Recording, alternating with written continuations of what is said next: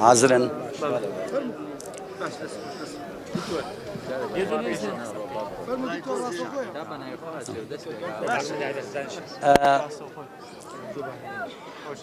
پێشەر شتێ سپاس بۆ خەڵکی دەربەنیخان، سپاس بۆ خۆڕاگریان،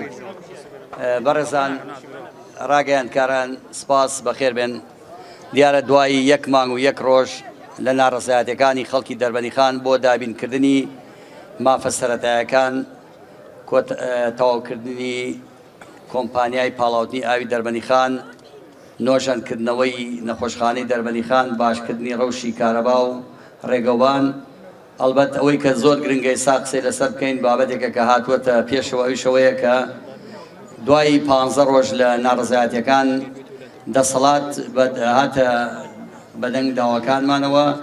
و لە ژێر ئەم خێمەی ناڕەزایەتیانە ئاگاتان لێبوو تەواوی لایەنە سیاسەکان و بەرپرسی ئیداری و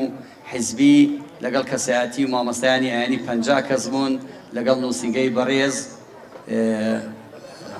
جێگری سەرۆکی حکوومەت کاکوبات تاڵەبانی دانیشت بوون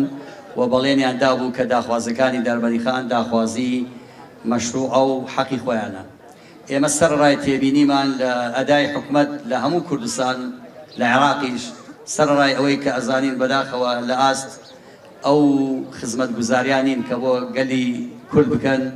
سەرڕای ئەوەی کە ئەوایە لەبری ئەوەی کە ئەم خەڵکە مایەکە لەسەر شەقامەکان بۆ داخوازی بۆ پرسە نیشتیمانی و پرسە گەورەکانی دەستور و پرسە ئەساسیەکان ئیشمان کردایە بەداخەوە بۆ سادەترین مافاتینە سەر شەقام بە کوردی و بە پوختی. ئەمڕۆ جارێکی تر دەسەڵات و وەحدەی ئیداری و ئەو وعدەی کە دابوویان هاتنە ژێر خێمەی ناڕەزایەتەکان و جارێکی تر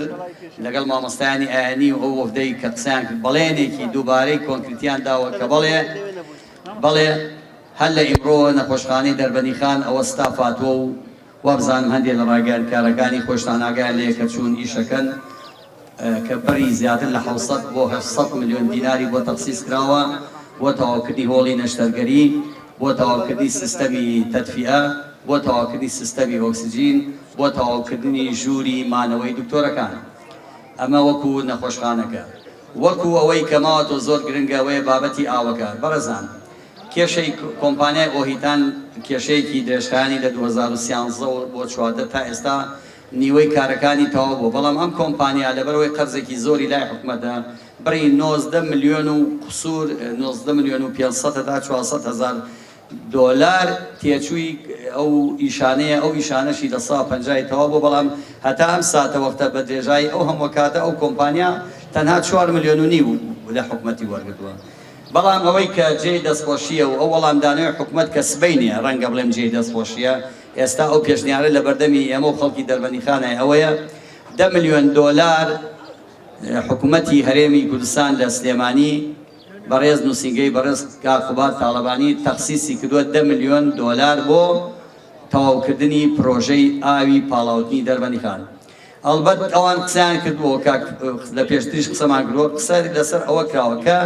ئەو 10 ملیۆن دۆلارە لەگەڵ کۆمپانیای ئۆهیتان قسەیان کردووە. کۆمپانیای ئۆهیتان ئەڵێ ئێوە لانی کەمە بێت 10 ملیۆنەکە یا 7 ملیۆنم بە یەک جا بدەنێ، ئەنجا من دێمە سەر کارەکە. بەڕاوێژی ئێمە و بەڕاوێژی حکوومەت و بەڕاوێژی کەسانی یاسایەوە خەڵکە دەرکەوتووە ئەو کۆمپانیا قەرزی لای حکوومەت. ترسمان لەوە هەیە ڕەنجی ئەم خەڵکە بخرێتە سەر حسابی بانقی کۆمپانیاک و کۆمپانیاکە جارێک بڵێن ئەوە قەرزارن پارەی ترم بنێ ئینجا ئیشەکەن. بۆ ئەمە بەدیلی ئەمە چییە؟ بەدیلیەوە ئەم تەڕحەیە کە ئێستا ئێمە سبەینیە بەیانی ئەم برادرانەی ئێمە لە ئێران لەگەڵ بەرپرسی بانکی دەربەنیخان لەگەڵ محامیەک یا دوو محامی شارەزا لەگەڵ داواکاری گشتی کە دوێنێش قسەمان لەگەڵ کردەوە ئومێدەوارم ئەویش توانای بێ لەگەڵ چەند کەسایەکی تریشا کە ئەزانی هەڵوێستی جوامێرانەیان هەبووە لەگەڵ ئیدارەی دەربەنیخان ئەڵبەت قایمقامیشی تایە لەگەڵ نووسینگەی بەڕێز قوبات جەلال تەڵەبانی لەوێ پرۆتۆکۆلی ئیمزاکێ بۆی ئختار زەمانە یا تەکیدکردنی ئەوەیە ئەم چەند کەسەی کە ئەم ژمارانەی کە باسی کرد هەر هەموو ئەمانە ئەبنە خاوەنی پشکە ئەو پشکە پارە ئەو 10 ملیۆن دۆلارە ئەم 10 کەسە ئەم 15 کەسە 7 کەسە کە سبەینێ ئینشەڵا نەتیجەکەی ئەهێنینەوە ئەوانە ئەتوانن ئەوان بڕیاریان داوە ئەم پارە تەنها بۆ ئاوی دەربەنیخان و پرۆژەی دەربەنیخان و بۆ هیچ شتێکی تر جگەل لەو دەستە کەسی تر بۆی نییە ئیطلاقی ئەو پارە یا دەستێوەدان لەو پارە بکە. ئێمە سبەینێ ئەڕۆین ئومێد دەکەین بە دڵخۆشی و بەو بەڵێنانەی کە دراوە پێمان بەوە بێن و وەڵامێکی جوان و ڕێکوپێک ئاڵبەت لە کەناڵەکانی ڕاگەیاندنیش ئەو هەڵە دەین. بۆیە کۆتا قسەی ئێمە ئەوەیە کە سەرەڕای ماندووبوون و سپاسی هەرێکێ لە ئێمە ئەمە دەستکەوتی یەک کەس دوو کەس گروپ دەستە نییە، دەستکەوتی تەواوی خەڵکی دەربەنیخان و هەموو ئەو کەسانەی کە ڕەنجیان داوە لە هاوکاری بە مادی بە معنەوی هەموو ئەو لایەنە سیاسی ئەو کەسایەتیانە ئەو پیاوە ماقوڵانە ئەو کەسانێک کە لێرا بوون دەستکەوتی کەناڵەکانی ڕاگەیاندن کە ڕۆڵیان بووە ئەمانە هەمووی دەستکەوتە ئومێد دەکەین ئەمە ببانە چێ سبەینێ ئێمە سبەینێ تعلیقی واتە ئەم هەڵ ئەباسرێت بڵێن سبەینێ ئێمە لێرانین سبەینێ ئێمە هەمومان ئەڕۆین لەگەڵ ئەو لیژنا دراسەیەکی قوڵی بابەتەکە دەکەین ئەگەر هاتینەوە بڕیاری کۆتایی ئەدەین لە خۆپێشاندانەکە بەڵام ئەوەی تا ئێستا ئاماژەیە و ئەم برادرانش کە کۆبنەوەی قوڵمان کردووە ئاماژەکان بەرەو ئەو ئەمان بن ئومێدمان هەیە چارەسەری کێشەکەمان کرا و هیوادارین سەرکەوتوو بین و لەمە زیاتر عەزێتی خەڵکەکە نەدەی سبەینێ چاوەڕێی وەڵامی ئێمە بین و دڵنیا بن لەوەی لە دەرەوەی پرسی و خزمەتی ئەم دەربەنیخانە هیچ شتێک بەڕێوە ناڕۆ. سپاس بۆ ئامادەبوونەوە.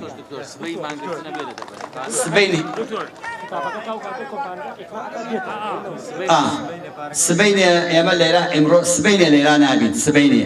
هەتا دڵنیایەی لەوێ وەرەگرین بەڵام بۆ ئەو پارە کە دانرێت بەڕێزان کۆمپانیای ئۆهیتان کە کاکفرمان باسی کرد ئێستا وەفدێک چووە تایبەت ئیمشە و بە تاری تایبەت چووە بۆ وێ لەگەڵە بەڵکو ئەو بێتە سەرخەت ئەو بێتە سەرخەت بە سلفە پارە ئێمە کێشەمان نیە مویمە ئەو 10 ملیۆنە بۆ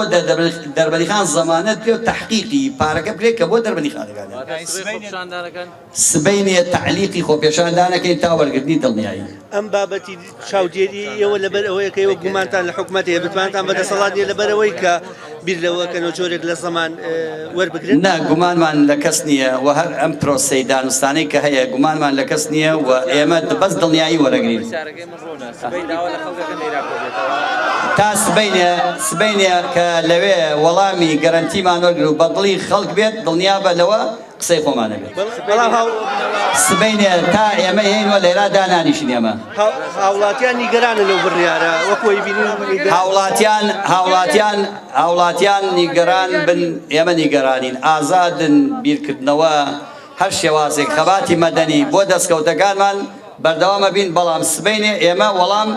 ئەبێ دانوستانە نەتیجە بێت چی بێت هەر ئەبێ قسەیان لەگەڵا بکەین و لە کۆتایی شەڵا بە ئامانج و خزمەتی هەموو خەڵکەکە دەرەچێت. داوای کارەباکەن کارەبا بەڕێزان کارەبا ئەو کاتە ئەوەی کە لە دەست حکومەت و بە هەموو محاولەیەکە کراوە و چەند ساعتە زیاد کراوە لە هەوڵی زیادکردنی شاین لەگەڵ وەزارەتی شاقسەکەین بۆ بابەتی تری شەیە بابەتی تری پێوەری ئاوەکەیە کە ئێستا لە داواکاری گشتی شکاتمان کردو شکاتەکەیش لە گەڕاتەوە بۆ هەموو دام و دەستگاکان کە پێوەری ئاوەکە پێوەرێکی نایاساییە و خۆشبوون لە پارەی ئەو خەڵکەی کە لە خۆشببوونی پارەی ئاوە هەتا ئاوەکە پاکە بێتەوە ئەمانە هەمووی پرسن بە دوایچین دڵنیا بن ڕەنگە ئێوە هەر کەسێ بڕاتۆ شوێنی خۆی بەس ئێمە سوورین لە بەدواداچون بۆ ئەو بابەتان. سپاس بۆ